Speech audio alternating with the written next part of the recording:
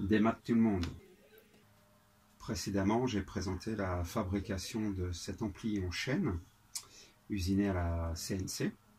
Vous pouvez retrouver la vidéo ici. Depuis, j'ai débuté une collaboration avec le maroquinier Cédric Merlan. Je vous ai mis son site en description. Et nous avons commencé par la réalisation de ces deux amplis. Celui-là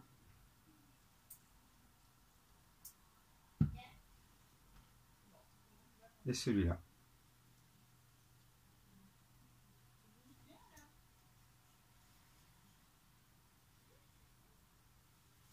Le cuir est intégré dans le bois.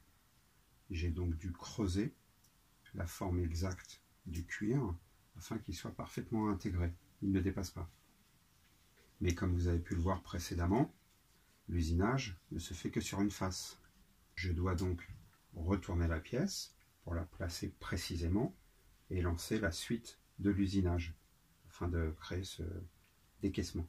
J'avais dans l'idée de créer un gabarit aux formes de ma pièce que je pourrais retourner à volonté. Comme de toute façon ce sont tout le temps les mêmes formes, je pouvais les retourner à volonté. Et Christophe de la chaîne Cessonec a trouvé une solution plus simple et c'est celle-là que je vais vous détailler dans cette vidéo. Je vous mets en lien son Facebook et sa chaîne YouTube. Si vous êtes vous-même dans l'usinage CNC, ses tutos et ses conseils vous aideront grandement.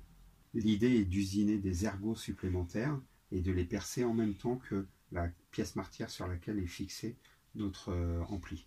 Ainsi, je n'ai plus qu'à retourner la pièce, y insérer des tourillons qui vont venir se caler avec les trous qui sont percés sur la cale martyre et l'assemblage, le centrage sera parfait. Dans mon cas, j'ai choisi de placer les ergots ici afin que ce soit parfaitement centré et surtout que ça reste sur des faces que je puisse facilement couper et poncer après.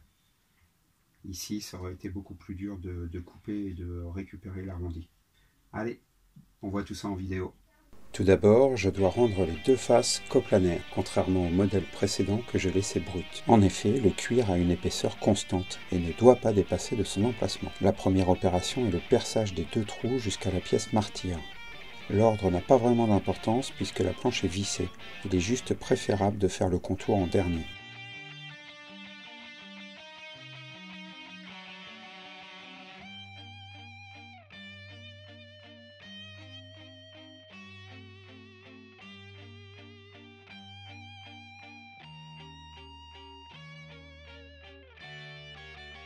L'usinage du contour n'a pas traversé, je devrais donc faire une découpe à la scie à ruban. La pièce martyre est bien percée.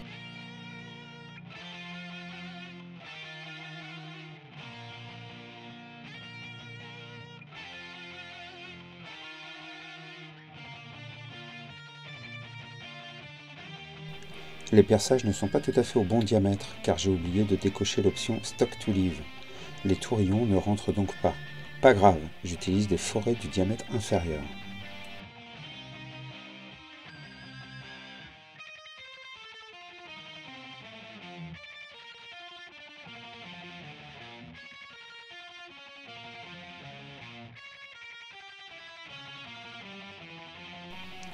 Après vérification, la pièce est bien placée. Voilà ce que ça donne lorsque les perçages sont bons avec le deuxième ampli. C'est parti!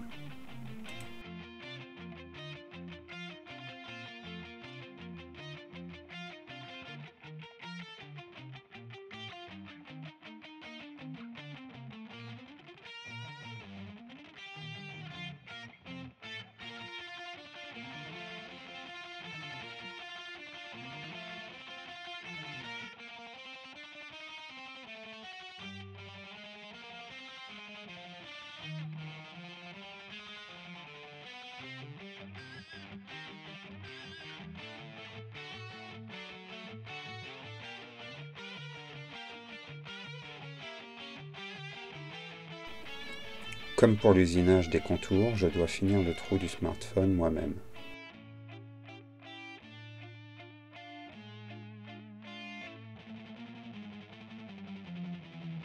J'en profite pour arrondir les angles à la défonceuse, avec une fraise quart de rond.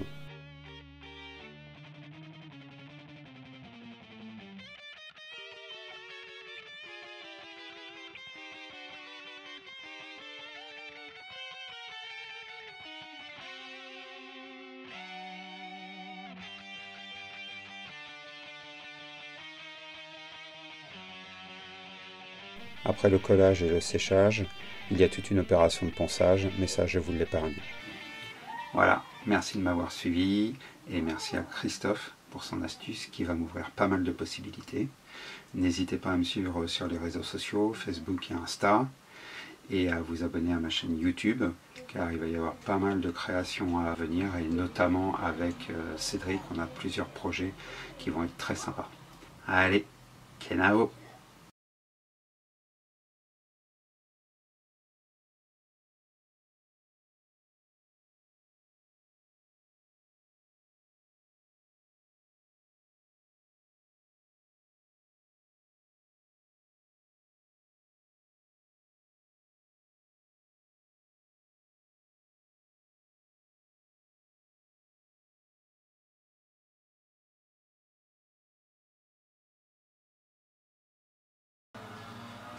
Non.